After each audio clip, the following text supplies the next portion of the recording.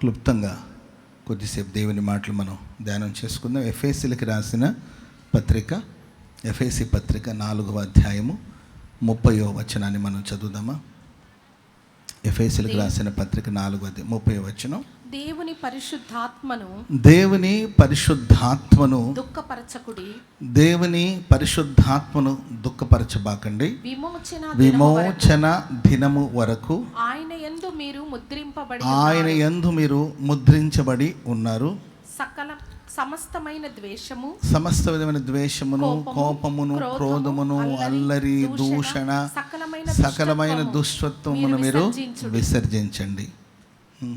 ఇంకా ఒకని ఎడల ఒకరు దయ కలిగి కరుణా హృదయులై క్రీస్తునందు దేవుడు మిమ్మల్ని క్షమించిన ప్రకారం మీరు ఒకరినొకరు క్షమించండి. స్తోత్రం చెప్పండి గట్టిగా. విమోచన దినము వరకు మీరు ఆయన యందు ముద్రించబడి ఉన్నారు. స్తోత్రం చెప్పండి గట్టిగా. విమోచన దినము కొరకు, లేకపోతే విమోచన దినము వరకు ఆయన యందు మీరందరూ ముద్రించబడి ఉన్నారని వాక్యం సెలవిస్తుంది. కనుక దేవుని యొక్క పరిశుద్ధాత్మను మీరు దుఃఖపరచబాకండి. సమస్త విధమైన ద్వేషమును, కోపమును, క్రోధమును, అల్లరి, దూషణ, సమస్త దుష్టత్వమును మీరు విసర్జించండి. ఒకరి ఎడల ఒకరు దయగలిగి కరుణా హృదయులై దేవుడు మిమ్మల్ని క్షమించిన ప్రకారం మీరు ఒకరినొకరు క్షమించండి. ఎందుకంటే మనమందరం విమోచన దినము వరకు ఆయన యందు ముద్రించబడిన వారు. స్తోత్రం చెప్పండి గట్టిగా. ఆయన ముద్ర మన మీద ఉంది. ఆయన మనల్ని ముద్రించాడు. ఒక దేశం నుండి మరొక దేశానికి, ఇప్పుడు మేము విదేశాలకు వెళ్ళాలంటే ఆ దేశంలో ఎంటర్ అవ్వగానే మనకు అక్కడ ముద్రిస్తారు. మన పాస్పోర్ట్ మీద ఒక ముద్ర వేస్తారు. వీళ్ళు ఈ దేశంలోనికి వచ్చారని. ఆ దేశంలో ప్రవేశించడానికి ఆ దేశపు ముద్ర ఎందుకంటే మన పాస్పోర్ట్ మీద ఉంటేనే మన లోపల ఎంటర్ అవ్వడానికి వీలుగా ఉంటుంది. ప్రేమైన వల్ల పరలోకంలో మనం ప్రవేశించాలంటే, దేహానికి విమోచన కలగాలంటే, దేహం విమోచించబడి ఈ మట్టి దేహము మహిమను ధరించుకొని ఆ మహిమ కలిగిన రాజ్యంలో మనం ప్రవేశించాలంటే మనం ఆయన యందు ముద్రించబడాలి. నిన్ను నన్ను ప్రభు ఎందుకు ముద్రించాడు అంటే విమోచన దినం కొరకు. స్తోత్రం చెప్పండి గట్టిగా. హల్లెలూయా. ఈ ముద్ర దేనికి సూచనగా ఉందంటే, ప్రతి దేశానికి ఒక ముద్ర ఉంటుంది. అది దేనికి సూచన అంటే, ఈ వ్యక్తి మా దేశానికి చెందినవాడు, ఈ వ్యక్తి ఈ సంఘానికి చెందినవాడు, లేకపోతే ఈ వ్యక్తి ఈ సంస్థకు చెందినవాడు అనేది ఒక ముద్ర.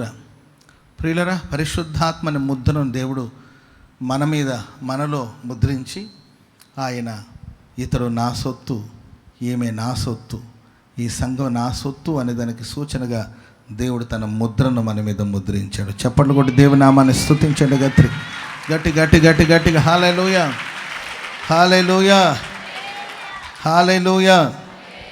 ఈ ముద్ర ప్రేమైన వాళ్ళ కేవలం ఒక నొసట మీదనో లేకపోతే ఇక చేతుల మీదనో ఎటువంటి ముద్రించబడకుండా మన అంతరంగమందు, మన ఆత్మీయ జీవితంలో అదొక గుర్తుగా పరిశుద్ధాత్మ అనే ముద్రను దేవుడు మనలో ముద్రించాడు. ఈ ముద్రను కలిగిన మనం అందరం, ఈ ముద్రను పరిశుద్ధాత్మను పొందిన వాళ్ళందరూ, అదే బైబిల్ సెల్స్, నా ఆత్మ లేనివాడు, పరిశుద్ధాత్మ లేనివాడు నావాడు కాడు. ఆయన మనల్ని పరిశుద్ధాత్మతో అభిషేకించాడు అంటే, మనల్ని ముద్రించాడంటే దాని అర్థం మన దేవుని బిడ్డలం, ఆయన సొత్తు.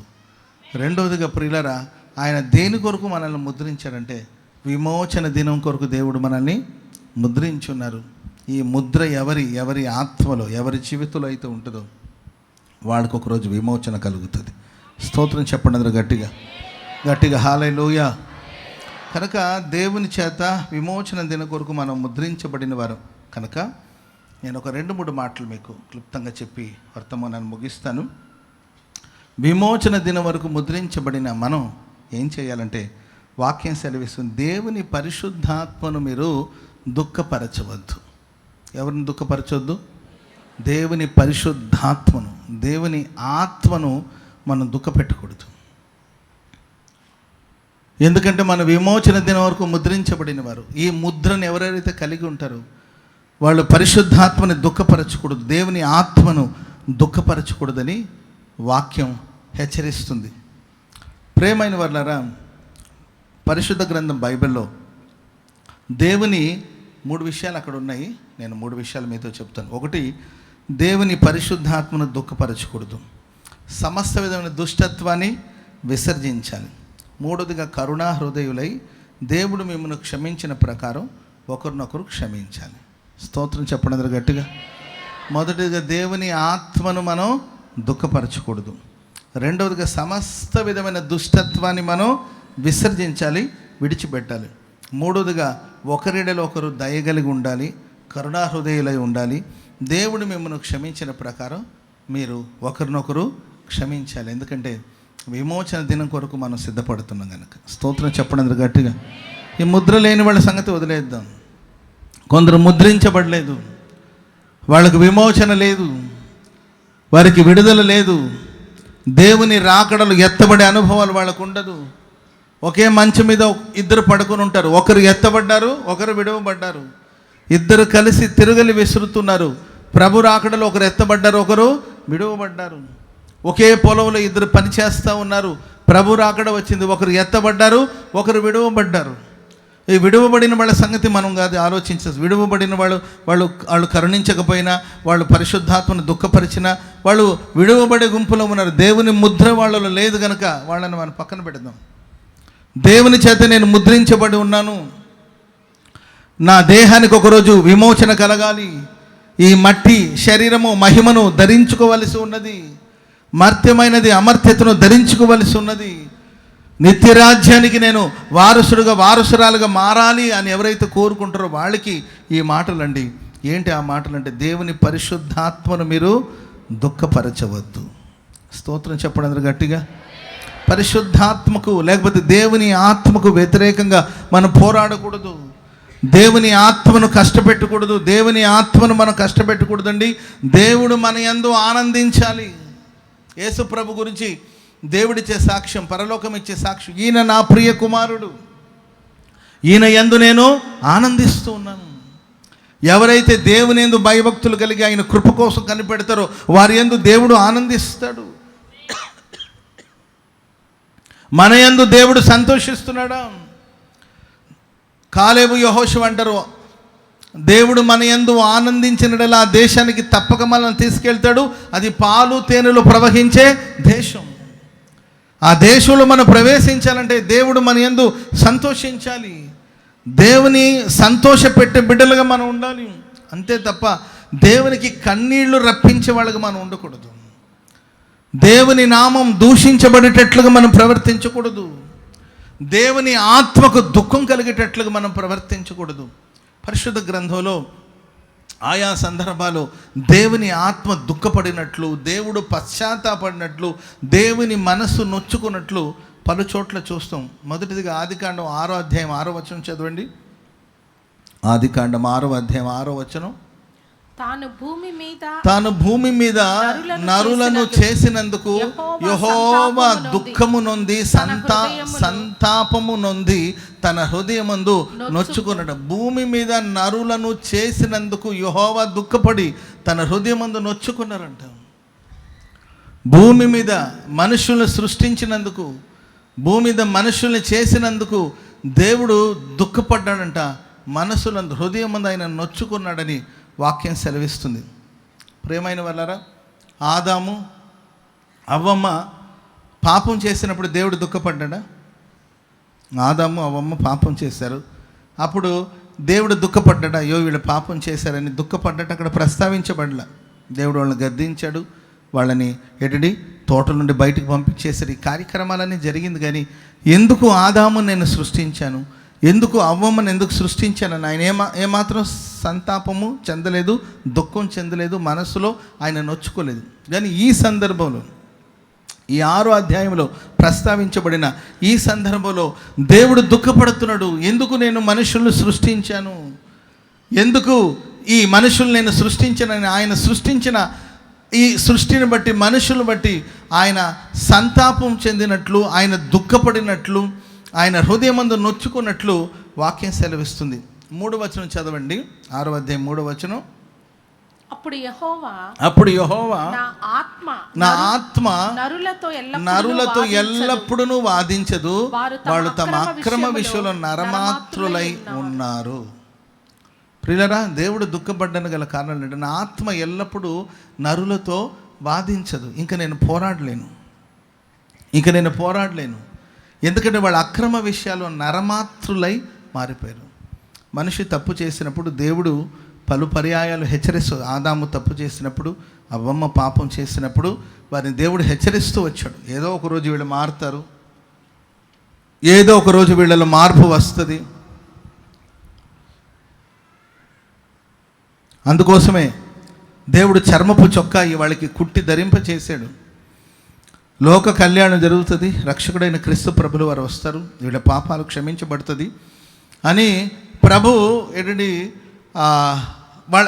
వాళ్ళకు బోధిస్తూ వచ్చాడు, హెచ్చరిస్తూ వచ్చాడు. కానీ ఈ సందర్భంలో దేవుడు అంటున్నాడు, ఎల్లప్పుడూ నా ఆత్మ వీళ్ళతో వాదించదు, నరులతో వాదించదు. ఎందుకంటే వాళ్ళ అక్రమ విషయాల్లో వాళ్ళు నరమాత్రులు అయిపోయారు. దేవుని ఆత్మ ఎప్పుడు దుఃఖపడుతుంది, లేకపోతే దేవుడు ఎప్పుడు దుఃఖపడతాడు అని అంటే, ప్రియులారా, నరమాత్రులు అంటే కింద పుట్టినోట్లు మనం చూస్తాం, శారీరకంగా లేకపోతే శరీర సంబంధమైన మనుషులు. శరీర సంబంధమైన కార్యక్రమాలు ఎప్పుడైతే మనిషి కొనసాగించబడతాడో అప్పుడు దేవుని ఆత్మ దుఃఖిస్తుంది, దేవుడు దుఃఖిస్తాడు. బైబిల్ సెలవిస్తుంది, మీరు విమోచన దినం కొరకు ముద్రించబడిన వారు కనుక ఆయన పరిశుద్ధాత్మను మీరు దుఃఖపెట్టొద్దు, బాధ పెట్టొద్దు అని వాక్యం సెలవిస్తుంది. దేవుడు ఎప్పుడు దుఃఖపడతాడంటే శరీర సంబంధమైన క్రియలు, శరీర సంబంధమైన ఆలోచనలు, శరీర సంబంధమైన తలంపులు. దేవుని కుమారులు మనుష్య కుమార్తెలు చక్కని వారని చూసి తమ మనసుకు నచ్చిన వారిని వీళ్ళు వివాహం చేసుకున్నారు. వివాహం చేసుకోవడం తప్పని కాదు. దేవుని కుమారులు, వాళ్ళు దేవుని కుమారులనే సంగతిని మర్చిపోయి మనుష్య కుమార్తెలు చక్కని వారని చూసి శరీర సంబంధమైన తలంపులు, శరీర సంబంధమైన క్రియలు, శరీర సంబంధమైన కార్యక్రమాల వల్ల దేవుడు దుఃఖపడతాడు. గలతీ పత్రిక 5వ అధ్యాయం 19వ వచనం ఇలా రాయబడి ఉంటుంది. గలతీ పత్రిక 5:19 చదవండి. శరీర కార్యములు స్పష్టమై ఉన్నవి, అవేమనగా జారత్వము, అపవిత్రత, కాముకత్వము, విగ్రహారాధన, అభిచారము. చూడండి, మనం ఏమనుకుంటాము, విగ్రహారాధన ఏంటంటే కాముకత్వము లేకపోతే వ్యభిచారము, వీటి గురించి మనం ఆలోచిస్తాం. అవే కాకుండా ఇంకా చాలా విషయాలు ఉన్నాయి. చూడండి, అక్కడ ద్వేషములు, కలహములు, మత్సరములు, క్రోధములు, కక్షలు, భేదాలు, విమతములు, అసూయలు, మత్తతులు, అల్లరితో కూడిన ఆటపాటలు మొదలైనవి. మనం కేవలం విగ్రహారాధన చేస్తేనే పాపం, కేవలం వ్యభిచారం చేస్తేనే పాపం, అక్రమం చేస్తేనే పాపం ఏంటంటే అని మనం అనుకుంటూ ఉంటాం. కానీ ప్రియులరా, ఆ శరీర సంబంధమైన లిస్టులో చాలా విషయాలు ఉన్నాయి. దాంట్లో ఒకటి ఏంటంటే ద్వేషములు, కలహాలు, అసూయ. సంఘంలో ఉన్న దేవుని ప్రజలు ఒకవేళ విగ్రహారాధన చేయకపోవచ్చు. సంఘాలలో ఉన్న దేవుని ప్రజలు ఒకవేళ ఏంటంటే జారత్వం, వ్యభిచారం అలాంటి పనికిమాలిన పనులు ఒకవేళ చేయకపోవచ్చు. ఆ శరీర సంబంధమైన లిస్టులో ఇవి కూడా మనం చూస్తూ వస్తాం. ద్వేషములు, కలహములు, అసూయ, ఇవన్నీ ఒకవేళ మన జీవితంలో ఉన్నాయేమో. ఈ కార్యక్రమాలు మనం కొనసాగించబడుతున్నప్పుడు, మనం ఇంకా ద్వేష స్వభావంతో సాగిపోతున్నప్పుడు పరిశుద్ధాత్ముడు దుఃఖపడతాడు. కనుక కలహాలకి చోటు ఇవ్వకూడదు, ద్వేషాలకి చోటు ఇవ్వకూడదు, అసూయ పరులుగా మనం బ్రతకూడదు. అలా బ్రతుకుతున్నప్పుడు శరీర సంబంధమైన క్రియలు మనలో ఉన్నట్టు గలతీ సంఘానికి రాస్తాడు, మీరు ఆత్మలో ప్రారంభించి శారీరకంగా ముగిస్తారా? ఇంకా బైబిల్లో మనం చూస్తాం, ఆత్మ సంబంధమైన మనుషులతో మాట్లాడినట్లు నేను మీతో మాట్లాడలేకపోతున్నాను. ఇంకా మీరు శరీర సంబంధులైన మనుషులుగానే ఉన్నారు. ఆత్మ సంబంధమైన మనుషులతో మాట్లాడినట్లు నేను మాట్లాడలేకపోతున్నాను.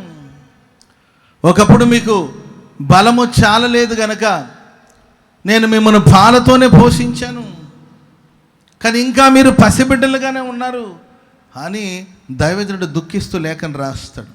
కనుక దేవుని బిడ్డలారా, ద్వేషము, కలహాలు, కలవరాలు మనలో ఉన్నాయేమో ఆలోచించి ఆ ద్వేష స్వభావాన్ని మనం తొలగించినప్పుడే దేవుని నామం గణపరచబడుతుంది, పరలోకమందున దేవుడు మన యందు ఆనందిస్తాడు. స్తోత్రం చెప్పండి అందరూ గట్టిగా. హల్లెలూయా. మీరు చూడండి, సౌలు దావీదుని ద్వేషిస్తూ వచ్చాడు తప్ప దావీదు సౌలుని ఎప్పుడూ ద్వేషించలేదు. మనల్ని కొంతమంది ద్వేషించవచ్చు, మనల్ని ద్వేషించరా? హల్లెలూయా. మనల్ని శత్రువులుగా చూసేవాళ్ళు చాలామంది ఉంటారు. మనం ఏది చేసినా వాళ్ళకి తప్పుగానే కనబడుతుంది, మనం ఏది మాట్లాడినా వాళ్ళకి తప్పుగానే కనబడుతుంది. కొందరు మనల్ని ద్వేషిస్తూ ఉంటారు. వాళ్ళు ద్వేషించనివ్వండి, కానీ మీరు ద్వేషించొద్దు. వాళ్ళు మన మీద పగతో రగిలిపోతూ ఉంటారు, కానీ మీరు పగను పెంచుకోవద్దు. వాళ్ళు మీకు వ్యతిరేకంగా కుట్రలు చేయొచ్చు, కానీ మీరు వ్యతిరేకంగా వాళ్ళకి కుట్రలు చేయొద్దు. స్తోత్రం చెప్పడం గట్టిగా. నేను ఎవరిని ద్వేషించను అనే ఒక తీర్మానానికి రావాలి. మనం నిన్ను ద్వేషించే వాళ్ళు ఉంటారు, నీకు వ్యతిరేకంగా క్రియ చేసేవాళ్ళు ఉంటారు, నీకు విరుద్ధంగా పోరాడే వాళ్ళు ఉంటారు, నీ వెంటనే అసహించుకునే వాళ్ళు ఉంటారు, నిన్ను చూస్తేనే చిరాకు పడేవాళ్ళు ఉంటారు, నిన్ను చూస్తేనే ఏంటంటే కడుపు మంటతో రగిలిపోయేవాళ్ళు మన చుట్టూ ఉండొచ్చు. వాళ్ళని మనం మార్చలేము, ఎదుటి మనిషి అభిప్రాయాన్ని మనం మార్చలేము. కానీ మన మట్టుకు ఎవరి మీద ద్వేషాన్ని పెంచుకోవద్దు. వాళ్ళు మన మీద అసూయ పడుతూ ఉంటారు, కానీ మనం వాళ్ళ మీద అసూయ పడకూడదు. వాళ్ళు పగతో మన మీద రగిలిపోతూ ఉంటారు, మనం పగ తీర్చుకోవడానికి కోసం ప్రయాసపడకూడదు. పగ తీర్చుకోవడం మన పని కాదండి. పగ తీర్చుకోవలసిన పరిస్థితి వస్తే పరలోకమందున దేవుడే పగ తీర్చుకుంటుండే. స్తోత్రం చెప్పండి గట్టిగా, చెప్పండి గట్టిగా. హల్లెలూయా. కీడుని కీడు ద్వారా కాదు, కీడుని మేలు ద్వారా జయించాలి. మనం లోకంలో ఏమంటారు, ముళ్ళని ముళ్ళ ద్వారానే తీయాలి, కీడుని కీడు ద్వారానే జయించాలి. వాళ్ళు ఏ రూట్లో ఆలోచిస్తారో మనం ఆ రూట్లోనే ఆలోచించాలి. వాళ్ళు కుట్రపూరితంగా ఆలోచించినప్పుడు మనం కూడా అలాగే ఆలోచించాలని లోకం అంటారు. కానీ దేవుని బిడ్డలమైన మనం కీడును కీడు ద్వారా కాకుండా కీడును కూడా మేలు ద్వారానే జయించాలి. ఒకరోజు వచ్చినప్పుడు సౌలే అంటాడు, దావీదా, నా కుమారుడా దావీదు, నువ్వు నాకన్నా నీతిమంతుడివి. చప్పట్లు కూడా అందరూ గట్టిగా గట్టి గట్టి గట్టి గట్టిగా. హల్లెలూయా. నాకన్నా నీతిమంతుడు నీవు. నేను నీకు అపకారం చేశాను, కానీ నీవు నాకు ఉపకారం చేసి నీ ఉపకార బుద్ధిని వెల్లడి చేసావు. నీ రాజ్యం నిశ్చయముగా స్థిరపరచబడుతుంది. ఒక శత్రు, ఒక ద్వేషించిన వాడు, ఒక అసూయపరుడు చెప్పిన సాక్ష్యం ఇది. మనకు నచ్చిన వాళ్ళు, మెచ్చిన వాళ్ళు, మనల్ని అభిమానించే వాళ్ళు మనల్ని గురించి గొప్ప సంగతులు చెప్తే దాంట్లో విశేషమేమి లేదండి. మనల్ని ద్వేషించే వాళ్ళు కూడా మనల్ని గురించి సాక్ష్యం చెప్పాలి అంటే కీడుని కీడు ద్వారా కాకుండా కీడును కూడా మేలు ద్వారానే మనం జయిద్దాం. హల్లెలూయా. కేరళలో ఒక అమ్మాయి ఉండేదంట. కేరళ అమ్మాయి యుఎస్లో ఎక్కడో జాబ్ చేస్తూ ఉండేదంట. అక్కడ మంచి ఉద్యోగం చేస్తూ మంచిగా సాగిపోతుంది. ఇంటి దగ్గర నుండి ఒకటే ఫోర్సు, పెళ్లి చేసుకో, ఒంటరిదానిగా ఉంటున్నావు, నీకు అక్కడ ఇబ్బంది అవుతుంది, పెళ్లి చేసుకోమంటే సరే ఒక మంచి సంబంధం చూడండి, నేను వచ్చి పెళ్లి చేసుకుని నా భర్తను కూడా అమెరికా తీసుకెళ్ళిపోతానని అమ్మాయి వచ్చిందంటండి. కేరళ వచ్చింది. ఇక్కడ సంబంధం చూస్తే ఎప్పుడు నుండో అమెరికా వెళ్ళాలని ఒక కుర్రోడు ఇక్కడ ట్రై చేస్తున్నాడు. ఎప్పుడు నుండో అమెరికా వెళ్ళాలని కుర్రోడు ట్రై చేస్తూ ఉన్నాడు. సరే అతనికి వీసా అవంతా కూడా చాలా ప్రాబ్లంగా ఉండి ఆయన వెళ్ళలేకపోయాడు. అనుకోకుండా ఈ సంబంధం వచ్చేసరికి పెళ్లి చేసుకొని భార్యతో పాటు తను కూడా అమెరికా వెళ్ళడం జరిగింది. అమెరికా వెళ్ళిన తర్వాత కొంతకాలం అక్కడ ఉన్నారండి. ఆ అమ్మాయి మీద ప్రేమ కానీ, అభిమానం కానీ, ఆప్యాయత కానీ, అనురాగం కానీ ఆయనకి ఎంత మాత్రమూ లేదు. మరి ఎందుకు పెళ్లి చేసుకున్నావంటే, నేను యూఎస్ వెళ్ళాలంటే నాకు ఒక అవకాశం కావాలి, పెళ్లి చేసుకుంటే ఈజీగా వీసా వస్తుంది కదా అని చెప్పేసి నేను చేసుకున్నాను అని అమ్మాయితో పాటు అక్కడికి వెళ్ళాడు. ప్రేమగా పలకరించడం కానీ, మాట్లాడడం కానీ ఎంత మాత్రం ఇష్టం లేదు. చివరికి ఆమెకు అర్థమైందండి. అక్కడికి వెళ్ళాడు, పని లేదు ఇంట్లోనే ఉండేవాడు. అమ్మాయి వెళ్ళి పని చేసుకురావాలి, ఆమె సంపాదించేసి పెడితే ఇంట్లో తింటాడు. ఒక షర్ట్ అడిగితే 4 షర్ట్లు తెస్తుందంట, ఒక ప్యాంట్ అడిగితే 4 ప్యాంట్ తీసుకొచ్చి ఇస్తుంది, ఏది అడిగితే అది చేసి ఇస్తుంది, వంట చేసి పెడుతుంది. ఎంత ప్రేమగా చూసుకుని కూడా అతనిలో మార్పు రాలేదండి. అప్పుడు ఒకరోజు ఆమె ప్రార్థన చేసుకుంటుందంట దేవుని సన్నిధిలో, ప్రభువా, మామూలుగా అయితే మనమైతే వరి దరిద్రుడా ఇంత పెద్ద ప్లాన్ వేసేవరా, నీ సంగతి చెప్తాను రా అని చెప్పి విడాకులు ఇచ్చేయడమో ఏదో ఒకటి చేస్తారు కదా. కానీ అమ్మాయి, ప్రభువా నేను ప్రార్థన చేసుకుంటే నీవు నాకు ఇచ్చిన భర్త, నేను ఆయన్ని భర్తగా అంగీకరిస్తున్నాను కానీ ఆయన నన్ను భార్యగా స్వీకరించలేకపోతున్నాడు. కాబట్టి నా వల్ల ఆయన జీవితం ఎందుకు పాడవాలి? చూడండి ఎట్లా థింక్ చేస్తుంది. ఇదే సబ్జెక్ట్ని ఇలా ఆలోచించి దుర్మార్గుడు నా జీవితాన్ని నాశనం చేశాడని ఆయన తిట్టి, దేవుడా అసలు నీవు ఉన్నావా? అసలు నువ్వు నా ప్రార్థన విన్నావా? నీవు ఉన్నావా? నా ప్రార్థన విన్నావా? నీ వింటే ఇట్లాంటి దరిద్రుడు నా జీవితంలో ఎందుకు తెస్తావు? ఈ నే లారీ కింద వేసి తొక్కిచ్చేసే ప్రభువా అని ప్రార్థన చేసుకునే వాళ్ళు కూడా ఉంటారు. కానీ ఈ భార్య చూడండి, దేవా నేను ఆయన భర్తగా అంగీకరిస్తున్నాను కానీ తను నన్ను భార్యగా అంగీకరించలేకపోతున్నాడు, నా వలన ఇతని జీవితం ఎందుకు పాడవ్వాలి? కాబట్టి ఇతనికి ఒక మంచి ఉద్యోగం ఇవ్వండి. యుఎస్ రావాలనే కదా, అమెరికా రావాలనే వచ్చాడు, సరే ఎట్లాగో వచ్చేసాడు, ఇతనికి ఇక్కడ ఒక మంచి ఉద్యోగం ఇవ్వండి ప్రభువా. ఇతని జీవితంలో ఒక మంచి అమ్మాయిని తీసుకొచ్చి తనకు వివాహం చేసి తనను హ్యాపీగా ఉన్ని, నేను ఎటు హ్యాపీగా లేను, నాకంటూ నా జీవితం ఇలా అయిపోయింది, నాకేం పర్వాలేదు, తన లైఫ్ అన్న బాగుండి ఎందుకు తన జీవితాన్ని పాడు చేసుకోవాలని ఓ రోజు ప్రార్థన చేసుకుంటుంటే ఆ ప్రార్థన భర్త విన్నాడంట. Praise the lord. అప్పుడు ఆయన అనుకున్నాడు, ఇలా కూడా ఎలా ఆలోచించగలుగుతారు? నేను ఆమెను ఏ రోజు ప్రేమగా చూసుకోలేదు, పలకరించలేదు, నేను నా అవకాశం కోసం ఆమెను ఉపయోగించుకుని ఈ దేశానికి వచ్చాను, అయినా ఈమె నన్ను ఇలా ప్రేమించగలుగుతుందని ఒకరోజు అడిగాడంటే, నేను ఎంత బాధ పెట్టినా కూడా నీవు నన్ను ఎందుకు ప్రేమిస్తూ నా కోసం ప్రార్థన చేస్తున్నావు అంటే, అప్పుడు ఆమె చెప్పిందంటే, నా దేవుడు, నేను ఆరాధిస్తున్న దేవుడు నా దోషాలని, నా అతిక్రమాలు, నా పాపాలన్నిటిని క్షమించి నన్ను ప్రేమించడు గనుక నేను కూడా నిన్ను ప్రేమిస్తానే ఉన్నాను. హల్లెలూయా. ఆ తర్వాత ఆయన చిన్నగా యేసయ్య నమ్ముకోవడం ప్రారంభించాడు, దేవుడిని నమ్ముకున్నాడు. ఆ తర్వాత దైవభక్తి కార్యక్రమాలు కొనసాగించబడడం ప్రారంభించాడు. తర్వాత భార్య భర్తలు మంచిగా కలిసి నివసించడం ప్రారంభించారు. ఆ తర్వాత మరలా వాళ్ళు కేరళ వచ్చి భార్య భర్తలు ఇద్దరు కలిసి ఇప్పుడు దేవుని సేవ చేస్తున్నారు. చెప్పండి కూడా అందరూ గట్టిగా గట్టి గట్టి గట్టి గట్టి. హల్లెలూయా. ఈమె కీడును కీడు ద్వారా కాకుండా ఈమె కీడును దేని ద్వారా జయించింది? మేలు ద్వారా జయించింది. కనుక ఎవరి మీద ద్వేషాన్ని పెంచుకోవద్దు. ద్వేషాగ్ని అంటారు, అది అగ్ని. ద్వేషం అనేది ఒక అగ్ని. అగ్ని మనల్ని తొలిచేస్తూ ఉంటుంది, అది మనల్ని కాల్చివేస్తూ ఉంటుంది. కనుక ద్వేషం అనే శరీర సంబంధమైన క్రియలు ఉన్నాయేమో, ఈ క్రియలు దేవుని దుఃఖపెడుతుంది. ఈ శరీర సంబంధమైన క్రియలు దేవుని దుఃఖపెడుతుంది. ఎవరి మీద అసూయకు చోటు ఇవ్వద్దు, ఎక్కడ కలహానికి చోటు ఇవ్వకూడదు. అబ్రహాం అంటాడు, మన బంధువులం. స్తోత్రం చెప్పండి గట్టిగా. పక్కన వాళ్ళని చూసి చెప్పండి, మనం ఆత్మ సంబంధమైన బంధువులం అని చెప్పండి. ఆత్మీయ బంధువులం. మనకున్న బంధం అనేది రక్త బంధం కాదండి, మనకున్న బంధం ఆత్మానుబంధం. నా యేసు రాజా అనురాగ బంధమా, నన్ను విడువలేని ఆత్మానుబంధమా. పరిశుద్ధాత్మని ద్వారా కలిగిన ఐక్యత ఇది. స్తోత్రం చెప్పండి అందరూ గట్టిగా. అబ్రహాము లోతును చూస్తుంటాడు, మనం బంధువులము. మన ఎవరమో మన బంధువులము. మనకు కలహాలు ఉండకూడదు, మనకు గొడవలు ఉండకూడదు. లోతు కాపర్లకి అబ్రహాము కాపర్లకి గొడవలు కలిగినప్పుడు అబ్రహాము ఉన్నతంగా ఆలోచించి ఇలా అంటాడు, మనం బంధువులము, మనకు కలహాలు ఉండకూడదు. మనం అన్యజనుల మధ్యలో ఉన్నాం, కనానీయుల మధ్యలో మనం ఉన్నాం. దేవుని బిడ్డలని పిలువబడుతున్నాం, మనం అన్యజనుల మధ్యలో ఉన్నాం. మనం కలహం ఆడుతూ ఉంటే, మనం గొడవలు పడుతూ ఉంటే దేవుని నామం దూషించబడుతుంది. గనుక మనం బంధువులం. నీవు తూర్పు తట్టుకెళ్తే నేను పడమటి తట్టుకెళ్తాను, నీవు ఉత్తర దిక్కుకి వెళ్తే నేను దక్షిణ దిక్కుకు వెళ్తాను. కలిసి ఉండి కొట్లాడుకోవడం కన్నా మనం విడిపోయి సమాధానంగా ఉందాం. స్తోత్రం చెప్పండి అందరు గట్టిగా. హల్లెలూయా. అట్లా నీకేదైనా ఆపద వచ్చినప్పుడు నేను వచ్చి ఆదుకుంటాను. ఒకసారి ఆలోచించండి ప్రియమైన వారు, ఈరోజు పలు విధమైన ద్వేషము, పలు విధమైన కలహాలు, పలు విధమైన కలవరాలకి మన కుటుంబాల్లో చోటిస్తున్నామా? తల్లిది ఒక పార్టీ, తండ్రిది ఒక పార్టీ, కూతురుది ఒక పార్టీ, కొడుకుది ఒక పార్టీ.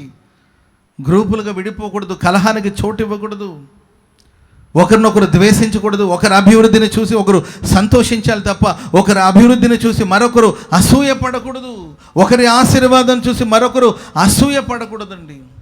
ఇలా చేసినప్పుడు దేవుని ఆత్మ దుఃఖపడతాడు. ప్రైజ్ ది లార్డ్, హల్లెలూయా. దావీదు, అహితోఫేలు, నేను గతంలో కూడా మీకు చాలా పర్యాలు చెప్పాను. అహితోఫేలు, దావీదు ఇద్దరు ప్రాణ స్నేహితులే.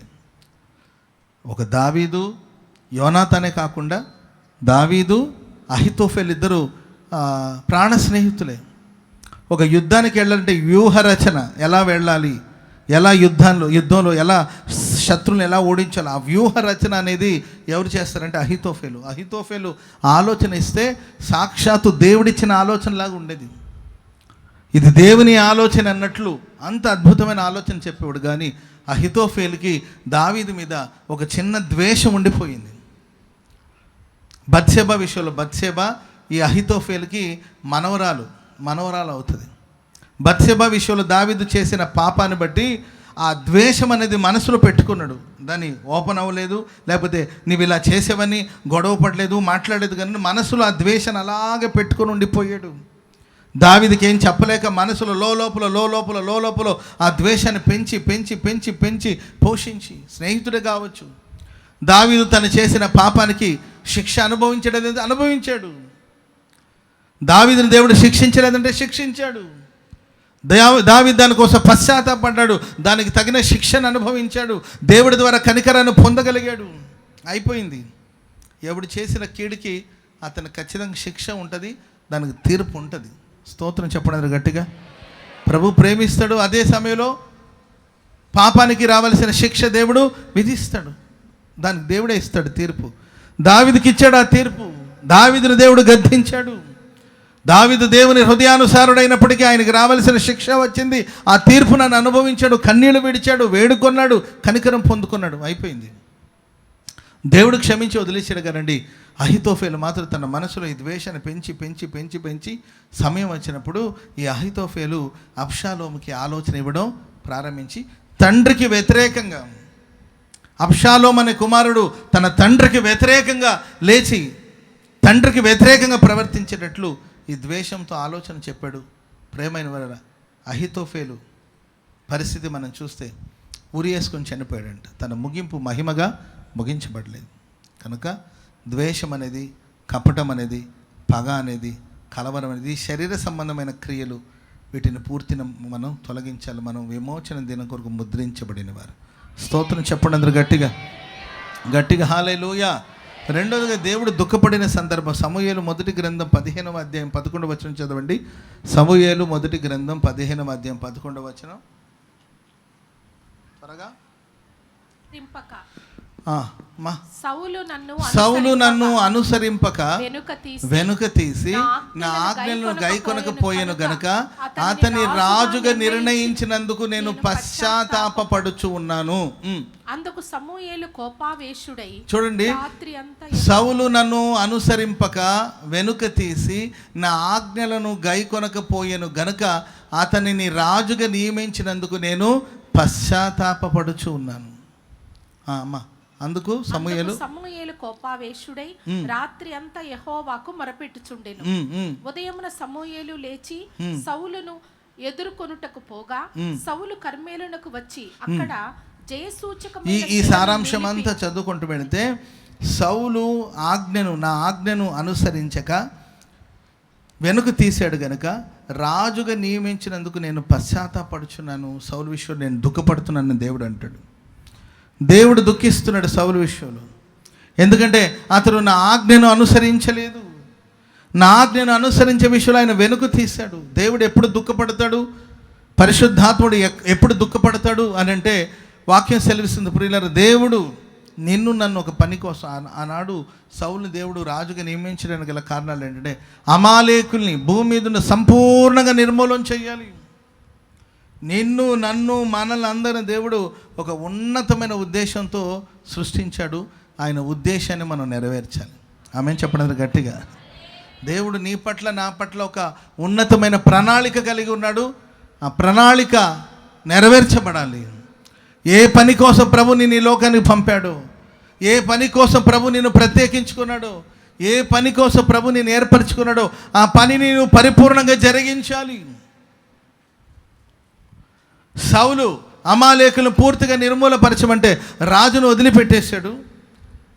బలమైన ఎడ్లను, గొర్రెలను, మేకలను, బలమైన వాటిని ఉండనిచ్చాడు, బలహీనమైన వాటిని నిర్మూలపరిచాడు.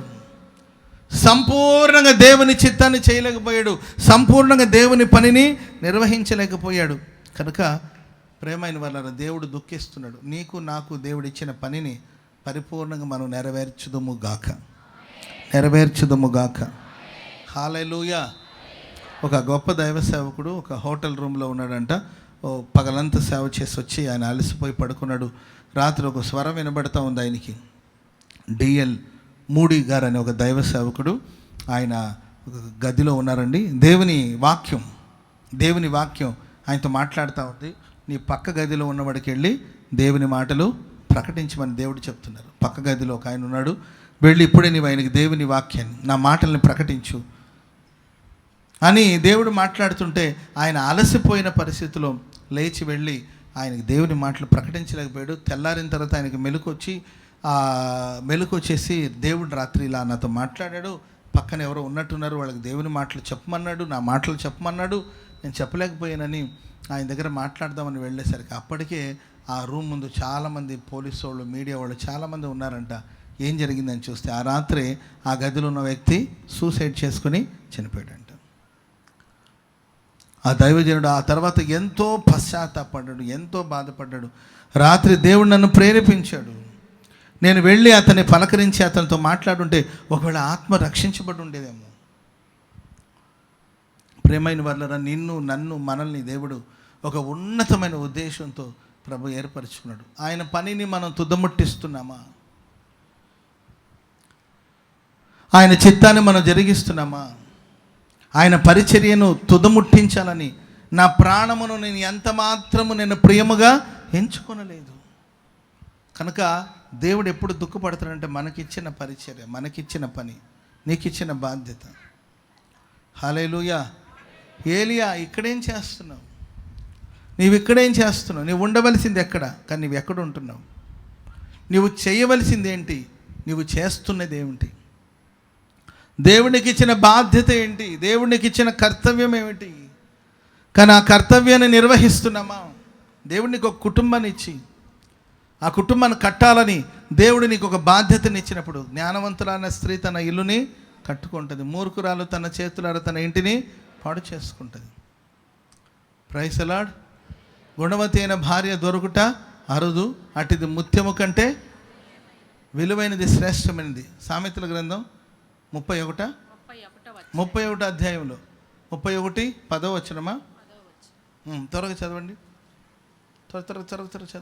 గుణవతి అయిన భార్య దొరుకుట అరుదు, అటుది ముత్యము కంటే అమూల్యమైనది. పెనిమిటి ఆమె యందు నమ్మిక ఉంచుతాడు, లాభ ప్రాప్తి కోసం వెలతి కలగదు. ఆమె తన బ్రతుకు దినములన్నీ అతనికి మేలు చేయని గాని కీడేమీ చేయదు. మీరంతా తర్వాత వెళ్ళి చదువుకోండి తల్లారా, మీరు చదువుకోండి. ఎంత చక్కని మాటలు ఉంటాయి, అంత చక్కని మాటలు ఉంటాయి. ఆమె ప్రయాసపడితే ఆమెకు అప్పగించిన కుటుంబం తన యజమానునికి, తన భర్తకు మేలు చేస్తుంది కానీ కీడు చేయదు. ఆ కుటుంబం కోసం, ఆ పిల్లల కోసం, ఆ కుటుంబ క్షేమం కోసం ఆమె ఎంతో ప్రయాసపడుతుంది. రాత్రివేళ ఆమె దీపం ఆరిపోదంట. రాత్రివేళ ఆమె ఒక దీపంగా మారుతుంది. దేవుడు ఒక్కొక్కరికి ఒక్కొక్క బాధ్యతను ఇస్తూ వచ్చారు. నిజంగా మనం ఆ బాధ్యతను నిర్వహిస్తున్నామా? ఆ బాధ్యతను పూర్తి చేస్తున్నాం. శాంసన్ దేవుడిని అభిషేకించిన ఉద్దేశం ఏంటి? ప్రభు నేను దేనికోసం అభిషేకించాడు? నాజీరు వ్రతంలో ఉండవలసిన నీవు నాజీరు వ్రతాన్ని పాటిస్తున్నావా? ఇశ్రాయేలు ప్రజలకి దేవుడు నిన్ను న్యాయాధిపతిగా నియమించినప్పుడు నిజంగా వాళ్ళకి న్యాయం తీర్చే వ్యక్తిగా ఉన్నావా? వారికి ఒక రక్షకుడుగా ఉంటున్నావా? స్వార్థపూరితమైన ఆలోచన, స్వార్థపూరితమైన తలంపులు, తన కోసం, తను చేసిన యుద్ధాలన్నీ కూడా తన కోసమే, తన పగ కోసం, తన ద్వేషం కోసం, ఆఖరి సమయం వరకు కూడా తన పగ తీర్చుకోవడానికి కోసం, తన ద్వేషాన్ని తీర్చుకోవడం కోసమే పోరాడాడు తప్ప దేవుని కీర్తి కోసం ఆయన ఎంత మాత్రం ప్రయాసపడలేకపోయాడు. కనుకనే ప్రేమైన వాళ్ళారా, దేవుని ఆత్మ, దేవుడు ఎప్పుడు దుఃఖపడతాడంటే మనం ఎప్పుడైతే ఆయన ఆజ్ఞను తృణీకరిస్తామో. శరీర సంబంధమైన మనుషులుగా ప్రవర్తించినప్పుడు ఆయన దుఃఖిస్తాడు. రెండవదిగా ఆయన ఆజ్ఞను తిరస్కరించినప్పుడు, ఆయన అప్పగించిన పనిని మనం నెరవేర్చినప్పుడు ఆయన దుఃఖపడతాడు. ఇంకొక మాట కూడా ఉంది చూడండి, లూకాసు వార్త 19:41 చదవండి. ఆయన పట్టణమును సమీపించినప్పుడు దాన్ని చూసి దాని విషయమై ఏడ్చి, నీవును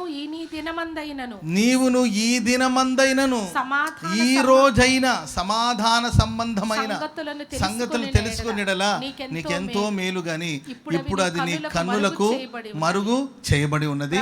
నిన్ను దర్శించిన కాలం నీవు ఎరుగుకుంటివి గనుక శత్రువులు నీ చుట్టూ గట్టు కట్టి ముట్టడి వేసి ప్రక్కలలో నిన్ను అరికట్టి నీలో ఉన్న నీ పిల్లలతో కూడా నిన్ను నేల కలిపి నీలో రాతి మీద రాయి నిలిచి ఉండని దినములు వచ్చునని చెప్పాను.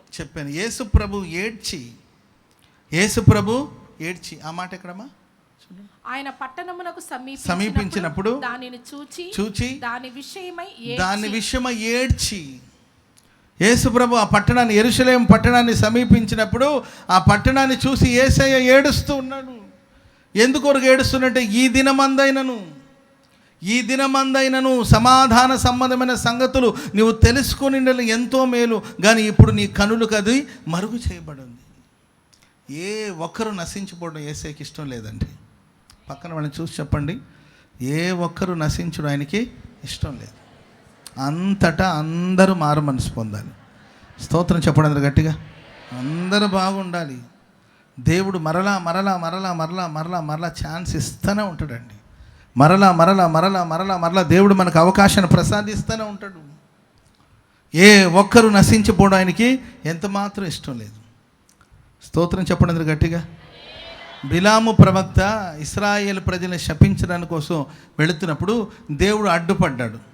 ఎవరి కోసం అడ్డుపడ్డాడు? చెప్పాలి. ఎవరి కోసం అడ్డుపడ్డాడు అని మీరు అంటారు. నేనేమంటాను తెలుసండి, ఇశ్రాయేలు ప్రజల్ని ఎవ్వరూ ఏం చేయలేరు. స్తోత్రం చెప్పండి అందరూ గట్టిగా. ఎందుకంటే అది ఆశీర్వదించబడిన వంశం. చెప్పండి కూడా అందరూ గట్టిగా. అది ఆశీర్వదించబడిన వంశం. అబ్రహాంతో దేవుడు అన్నాడు, నిన్ను ఆశీర్వదించేవారిని నేను ఆశీర్వదిస్తాను, నిన్ను దూషించేవారు శపించబడతారు. ఇశ్రాయేలు ప్రజలకే ఇబ్బంది లేదు, దేవుని ప్రజలకే ఇబ్బంది లేదు. దేవుని ప్రజలు ఎవరైనా శపించాలని వచ్చినా ఆ శాపం ఎంత మాత్రం, హేతువు లేని శాపం ఎంత మాత్రం మనకు హానిని తలపెట్టదు. స్తోత్రం చెప్పండి గట్టిగా. వాళ్ళు శపిస్తున్నారు, వీళ్ళు శపిస్తున్నారు, వాళ్ళ చూపు మంచిది కాదు, వీళ్ళు చూపు మంచిది కాదు, వాళ్ళు నన్ను ఇలా అన్నారంటే హేతువు లేని శాపం, కారణం లేని శాపం మనలేమి హాని తలపెట్టదు. ఇంకా ఇశ్రాయేలు ప్రజలకి వాగ్దానం ఉందండి. అబ్రహాంతో దేవుడు, నిన్ను ఆశీర్వదించేవారు నేను ఆశీర్వదిస్తాను, నిన్నెవరైనా శపించాలనుకుంటే వాళ్ళు శాపమైపోతారు. అది అబ్రహాంకి కాదు, తన వంశానికి ఆశీర్వాదం. మరి దేవుడు ఎందుకొరకు బిలాము శపించడానికి కోసం బయలుదేరి వస్తారు? బిలాము నీవేదో శపిస్తే వాళ్ళకి శాపం అవుతుందని కాదు, నేను నీకు శాపం రాకూడదని అడ్డుపడుతున్నాను. స్తోత్రం చెప్పండి అందరూ గట్టిగా. నీకు కీడు జరగకూడదు, నీకు శాపం రాకూడదు, నీకు నష్టం జరగకూడదని నేను నీకు అడ్డొస్తున్నాను. స్తోత్రం చెప్పండి అందరూ గట్టిగా. కాబట్టి దేవుని బిడ్డలారా, దేవుడు మనకు పలు అవకాశాలు ఇస్తాడు, సద్వినియోగం చేసుకోవాలి. ఈ దినమందైనను సమాధాన సంబంధమైన సంగతులు నీవు తెలుసుకునేలా ఎంతో మేలు, కానీ ఇప్పుడు నీ కన్నులకు అది మరుగు చేయబడదు. సమాధానపు సంగతులు ఈరోజు తెలుసుకోలేకపోతున్నాను, సమాధానంగా మనిషి బ్రతకలేకపోతున్నాడు.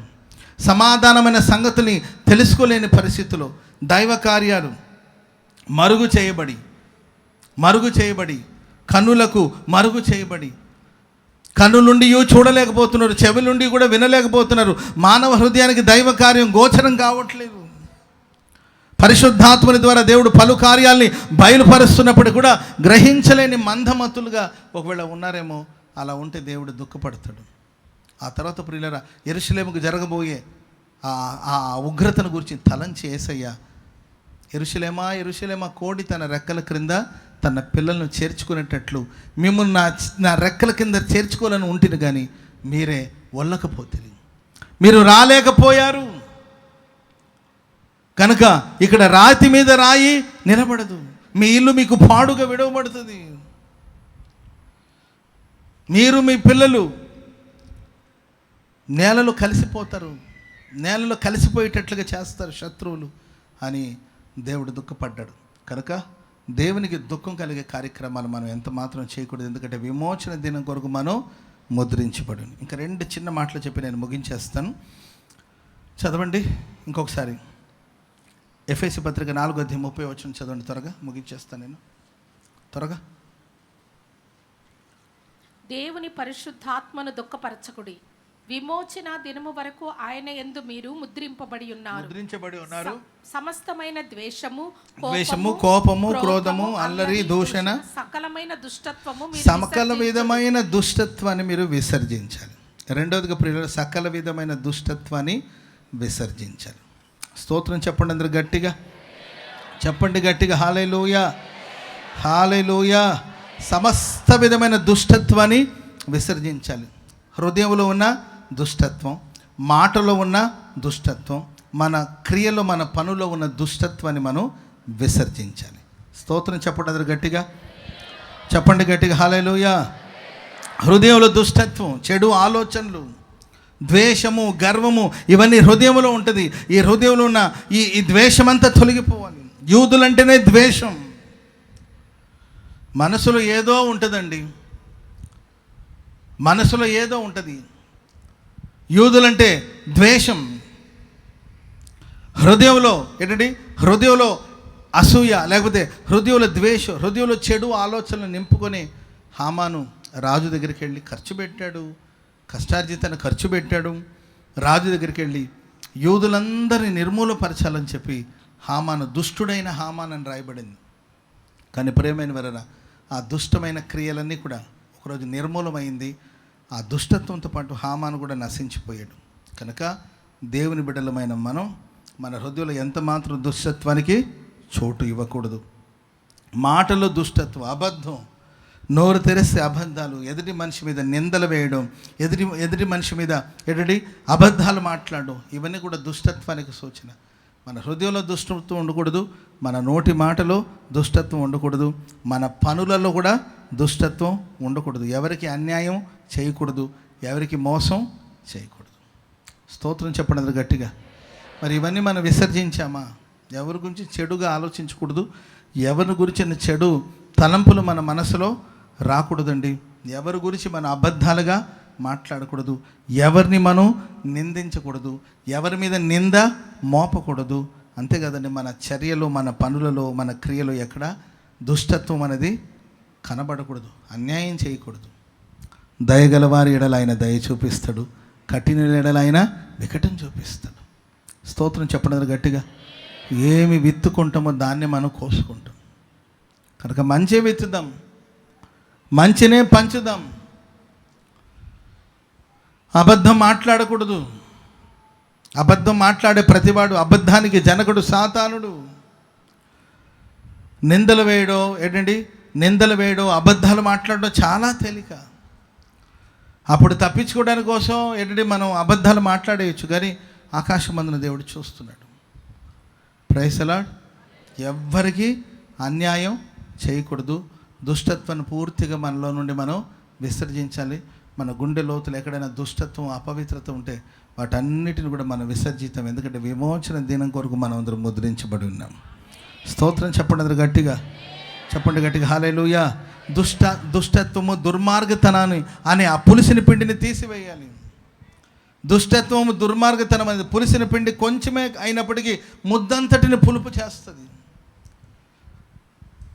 కనుక దుష్టత్వము, దుర్మార్గతనం అనే దాన్ని తొలగించి పులియని రొట్టెల పండుగ మనం చేయాలి. అంటే ప్రియులారా, మనలో ఉన్న దుష్టత్వం, దుర్మార్గతనం అని అది కొంచెమే కావచ్చు, పిండి ముద్దంతటిని పాడు చేస్తుంది. కనుక నీ హృదయంలో ఏమాత్రం కొంచెం ఆ పులిసిన పిండి, ఆ దుష్టత్వం, దుర్మార్గతనం అనేది నీలో ఉన్నప్పుడు నీ జీవితాన్ని అంతా అది పతనానికి తీసుకెళ్లే అవకాశం ఉంటుంది. కనుక ఆ దుర్మార్గతనాన్ని, ఆ దుష్టత్వాన్ని విసర్జించాలి. ఎందుకంటే విమోచన దినం కొరకు మనం ముద్రించబడినాం. స్తోత్రం చెప్పండి అందరూ గట్టిగా, గట్టిగా. హల్లెలూయా.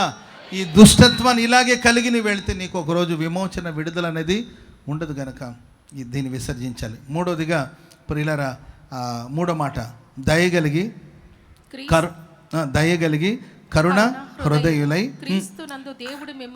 క్రీస్తునందు దేవుడు మిమ్మల్ని క్షమించిన ప్రకారం మీరు కూడా ఒకరినొకరు క్షమించండి. కరుణా హృదయులై మనం ఉండాలి. స్తోత్రం చెప్పండి గట్టిగా. దయగలిగి ఉండాలి, కరుణా హృదయులై ఉండాలి. పక్కన మనం చూసి చెప్పండి, దయగలిగి ఉండాలి, కరుణా హృదయులై ఉండాలి. దయగలిగి ఉండాలి, కరుణా హృదయులై ఉండాలి. క్రీస్తునందు మనం క్షమించబడిన ప్రకారం మనం కూడా ఒకరినొకరు క్షమించాలి. పక్కన మనం చూసి చెప్పండి, మనం ఒకరినొకరు క్షమించాలి, మనం ఒకరినొకరు క్షమించాలి. దేవుడు మనల్ని క్షమించిన ప్రకారం మనం ఒకరినొకరు క్షమించాలి. దేవుడు మనల్ని క్షమించినట్లుగా మన సహోదరుల్ని మనం క్షమించాలి. ఆమె చెప్పండి అందరు గట్టిగా. మనకి ఏ హృదయం ఉండాలండి? కఠిన హృదయం కాదండి, కరుణ హృదయం ఉండాలి. ఏ హృదయం ఉండాలండి? చాలామందికి కఠినమైన హృదయం. కొందరు అంటారు, నేను చచ్చిన నీవు రాకూడదు, నేను చచ్చిన ఈ మనిషి రాకూడదు అంటారు. నువ్వు చచ్చిన తర్వాత ఆయన వచ్చిందనుకోండి, నువ్వేం చేస్తావు? ఆమె నువ్వు చచ్చినప్పుడు ఆమె వచ్చింది అనుకో, నువ్వు రెచ్చిపోతావు చెప్పండి. నేను చచ్చినా కూడా నీవు రాకూడదు, నన్ను చచ్చినా కూడా నీవు నన్ను పాతి పెట్టుకుంటా అంటుంటారు. పోయిన తర్వాత ఎవరు పాతి పెడితే ఏమైంది చెప్పండి.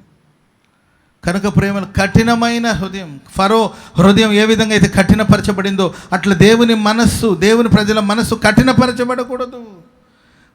కఠినత్వానికి చోటు ఇవ్వకూడదు. క్షమించలేని మనసు. కనుక దేవుడు మనల్ని క్షమించాడు కనుక మనం ఒకరినొకరు క్షమించాలి. స్తోత్రం చెప్పండి అందరు గట్టిగా. దయగల వారి ఎడల దయ చూపిస్తాడంటే మనం దయ చూపిస్తే దేవుడు మనకు దయ చూపిస్తాడు. మనం కరుణ హృదయులై ఉంటే దేవుడు మన ఎడల కరుణ హృదయుడై ఉంటాడు. మనం సాటి మనిషికి జాలి చూపిస్తే దేవుడు మనకు జాలి చూపిస్తాడు. మనం ఇతరుల్ని క్షమించగలిగితే దేవుడు మనల్ని క్షమిస్తాడు. కనుక దేవుని ప్రియులారా, మరి ఈ ఉదయకాల సమయంలో ప్రభు సన్నిధిలో ఒక తీర్మానం చేసుకుందాం. విమోచన దినం కొరకు దేవుడు మనల్ని ముద్రించి ఉన్నారు. 3 విషయాలు చెప్పాను. ఒకటి, ముద్రించబడిన మన పరిశుద్ధాత్మని దుఃఖపెట్టకూడదు. ఎవరిని దుఃఖపెట్టకూడదండి? మనుషులు ఎట్టు దుఃఖపెడుతుంటారు అది వేరే విషయం. దేవుని కూడా దుఃఖపెడతారు. మనుషులు ఎలాగో బాధ పెడుతుంటారు, దేవుని కూడా బాధ పెడుతున్నారు. దేవుడు ఎప్పుడు దుఃఖపడతాడంటే మనం శరీర సంబంధమైన మనుషులుగా ఉన్నప్పుడు ఆయన దుఃఖపడతాడు. ఆయన ఇచ్చిన పనిని మనం పూర్తి చేయనప్పుడు ఆయన దుఃఖపడతాడు. 3వదిగా ప్రియులారా, సమాధానమైన సంగతులు మనం తెలుసుకోవాలి. దేవుడు మనకు ఛాన్స్ ఇస్తున్నాడు, అవకాశం ఇస్తున్నాడు. ఇంకను మనం తెలుసుకున్నప్పుడు ఆయన దుఃఖిస్తాడు. 2వ మాట ప్రియులారా, సమస్త విధమైన దుష్టత్వాన్ని మనం విసర్జించాలి. ఎక్కడైనా మన మనసులో కానీ, మన మాటల్లో కానీ, మన చేష్టల్లో కానీ, మన పనుల్లో కానీ దుష్టత్వం ఉందేమో తేరి చూసి ఆలోచించాలి. ఒకవేళ ఆ దుష్టత్వం ఉంటే దేవ దీన్ని నేను విసర్జిస్తాను. స్తోత్రం చెప్పడం గట్టిగా. దీన్ని నేను విడిచిపెడతాను, నేను మానేస్తాను, ఈ దుష్టత్వాన్ని విడిచిపెడతానని తీర్మానం చేసుకోవాలి. దేవుని సన్నిధికి వచ్చి కూడా మనం దుష్టులుగానే ఉంటున్నాం అనుకోండి. బైబిల్ ఏమంటే, దుష్టుని ఆలోచన చెప్పున నడవక, పాపుల మార్గాన నిలవక, అపహాసకులు కూర్చుంటే చోటున కూర్చోకూడదని బైబిల్ సెలవిస్తుంది. దేవుని సన్నిధిలో ఉండి కూడా దుష్టత్వానికి మనం చోటిస్తున్నాం. సమస్త విధమైన దుష్టత్వాన్ని విసర్జించాలి ఈ ఆరాధనలో. 3వదిగా, దయగలిగి ఒకరిడలో ఒకరు కరుణ హృదయులై ఉండండి. మనసును కఠినపరచుకోవద్దు. హల్లెలూయా. రొట్టెనైతే చేత్తో విరుస్తారు, రాతినైతే సుత్తితో కొడతారు. మీకు అర్థమైందండి? రొట్టెనైతే నీ చేతితోనే విరచిన రొట్టెనై ఆహారమౌదును అనేకులకు, నీ చేతితోనే విరచిన రొట్టెనై ఆహారమౌదును అనే. రొట్టెనైతే విరుస్తారు, రాతినైతే సుత్తితో కొడతారు. హృదయం కఠినమైతే దేవుడు సుత్తి దెబ్బలు తగులుతుంది. Praise the lord. మీరు మారలేదనుకోండి, మార్చుకోలేదనుకోండి, సుత్తి దెబ్బలు పడుతుంది. హల్లెలూయా. ఆయన మనం మార్చాలన్నప్పుడు, ఆయన మనల్ని ఆహారంగా మార్చాలన్నప్పుడు, ఆయన చేతులు ఒక రొట్టెగా మనం మారినప్పుడు ఆ రొట్టెని విరిచి అనేకులకు ఆహారంగా ప్రభు మారుస్తాడు. కనుక లోబడనొల్లని మనుషుల్లాగా, మెడవంచని మనుషుల్లాగా, లోబడనొల్లని మనుషుల్లాగా, కఠినాత్ములుగా, కఠిన హృదయులుగా మారొద్దు. ఎన్నో కార్యాలు చూసి, ఎన్నో అద్భుతాలు చూసినా కూడా కొందరి మనసు మారదండి. ఎన్నో అద్భుతాలు చూశారు, ఎన్నో ఆశ్చర్యకార్యాలు చూశారు. ఎర్ర సముద్రం పాయలవ్వడం చూశారు, ఆరిన నేలపై నడుస్తూ వచ్చారు. ఆకాశం నుండి దేవుడు మన్నాన్ని కురిపించాడు. ఎన్నో మేలులు చూసినప్పటికీ కూడా వాళ్ళు కఠినాత్ములుగానే బిహేవ్ చేశారు అరణ్యముల ఇశ్రాయేలు ప్రజలు. దేవుని ప్రియులైన మన లైఫ్లో దేవుడు ఎన్ని మేలు చేస్తున్నాడు. 50 సంవత్సరాలు వస్తుంది సంస్థకి, 50 సంవత్సరాలు వచ్చింది. 50 సంవత్సరాలు దేవుడు మన సంస్థలో ఎన్ని మేలు చేస్తుంటాడు, ఎన్ని ఉపకారాలు చేస్తుంటారు, ఎంత ఆశ్చర్యమైన కార్యాలు ప్రభు చేస్తూ వచ్చారు. కృతజ్ఞతగా ఉండాలి తప్ప కఠినాత్ములై దేవునికి వ్యతిరేకంగా, దైవ సేవకులకు వ్యతిరేకంగా, పరిచర్యకు వ్యతిరేకంగా మనం ప్రవర్తించకూడదు. కరుణ హృదయులై మనం సాగిపోవాలి. స్తోత్రం చెప్పండి గట్టిగా. హల్లెలూయా. నాకు కరుణ కలిగిన హృదయం, దయ చూపించే మనస్సు నాకు దయచేయండి అని ప్రార్థన చేసుకోవాలి. ఈ మాటలు మన వెనికిడిలో స్థిరపరిచి ఆశీర్వదించుగాక. స్తోత్రం స్తోత్రం స్తోత్రం. పరిశుద్ధుడా యేసయ్యా, మీ స్తోత్రమైన ఉదయకాలం ఆరాధన తండ్రి మీరు ఆశీర్వదించి మీ సన్నిధి మాకు తోడుగా ఉంచి తండ్రి మమ్మల్ని ఆశీర్వదించినందుకై స్తోత్రం తండ్రి. ప్రభువా, పాస్టర్ గారు వాక్యం చెప్పి ఉండగా తండ్రి వాక్యానుసారంగా జీవించుటకు సహాయం చేయండి అయ్యా. మా హృదయాల్లో చక్కని క్షమించే మనసు దయచేయండి తండ్రి. ఎవరి మీద ఎటువంటి బాధలు వేదనలు ఏమి కక్షలు ఏమి పెట్టుకోకుండా తండ్రి చక్కని హృదయంతో తండ్రి పరిపూర్ణమైన ప్రేమతో మిమ్మల్ని ప్రేమించుటకు సహాయం చేయండి తండ్రి. స్తోత్ర ఆరాధన ఆశీర్వదించినందుకే స్తోత్రం కనికరించు నాయన.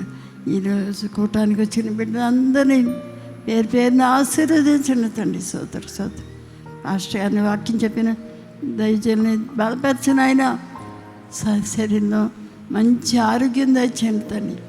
ఏ బలహీనత లేకుండా చేయండి తండ్రి. శరబల కత్తరవల శరబల కత్తరమ యేసు నామములో బల కత్తరబల శరబల కనికరించునైనా శరీరాత్మలు దీవించునైనా బలపరిచి దీవించి బలంగా వాడుకోండి తండ్రి.